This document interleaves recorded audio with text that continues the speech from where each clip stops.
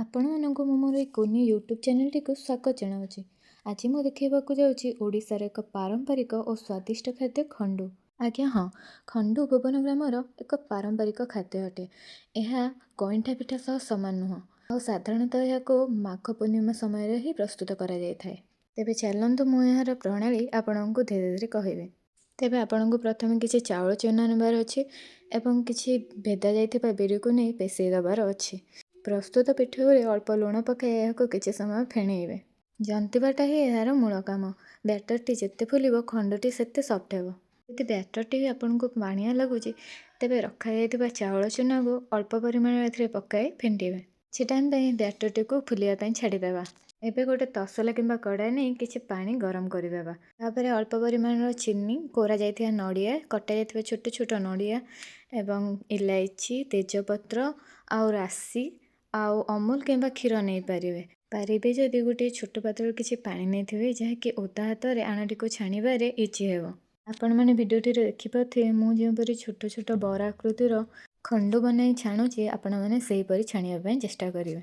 ଏବେ କିଛି ସମୟ ପରେ ଖଣ୍ଡୁଟି ସିଝିଲା ପରେ ତାହାକୁ କାଢ଼ି ଆଣିବେ।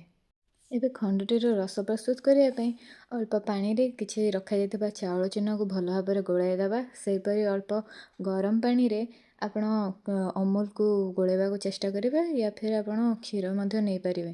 ଏବେ ଫୁଟୁଥିବା ପାଣିରେ କଟା ଯାଇଥିବା ନଡ଼ିଆକୁ ପକାଇ କିଛି ସମୟ ପରେ ଏଥିରେ ଚାଉଳ ପାଣିକୁ ଆଡ଼୍ କରିବେ ଏବଂ ଗୋଳାଇବେ। ଆଉ କିଛି ଟାଇମ୍ ପରେ ଏଥିରେ ଅମୁଲଟିକୁ ବା କ୍ଷୀରକୁ ପକାଇବେ। ଏହାକୁ ଆପଣ କଣ୍ଟିନ୍ୟୁଅସଲି ଗୋଳାଉଥିବେ ଯେପରିକି ଚାଉଳ ଗୁଣ୍ଡ ବିଣ୍ଡା ନ ହେବ ଏବଂ ଏହା ପରେ ତେଜପତ୍ର ଓ କୋରା ଯାଇଥିବା ନଡ଼ିଆ ଆପଣମାନେ ପକାଇ ପାରିବେ। ଆଉ କିଛି ଲୁଣ ମଧ୍ୟ ପକାଇ ପାରିବେ। ତାପରେ ଗୋଟେ କପ୍ ଚିନି ଏଥିରେ ପକାଇବେ ଏବଂ ଏହାକୁ ଘାଣ୍ଟିବେ। ଆମ ପାଖରେ କଳା ରାଶି ନଥିବା ହେତୁ ଆମେ କିଛି ରାଶି ଲଡ଼ୁକୁ ଗରମ ପାଣିରେ କିଛି ସମୟ ଭେଦାଇ ଏହାକୁ ପକାଇଅଛୁ।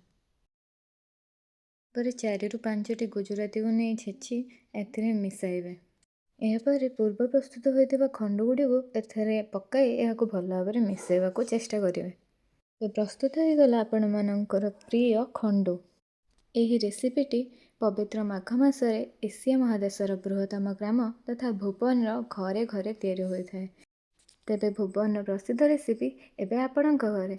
ଏହିପରି ଖଣ୍ଡୁଟିକୁ ତିଆରି କରି ଖାଆନ୍ତୁ ଏବଂ ଆନନ୍ଦ ନିଅନ୍ତୁ। ଏହିପରି ନୂଆ ନୂଆ ରେସିପି ଜାଣିବା ପାଇଁ ଏହି ଚ୍ୟାନେଲଟିକୁ ସବସ୍କ୍ରାଇବ୍ କରନ୍ତୁ। ଧନ୍ୟବାଦ।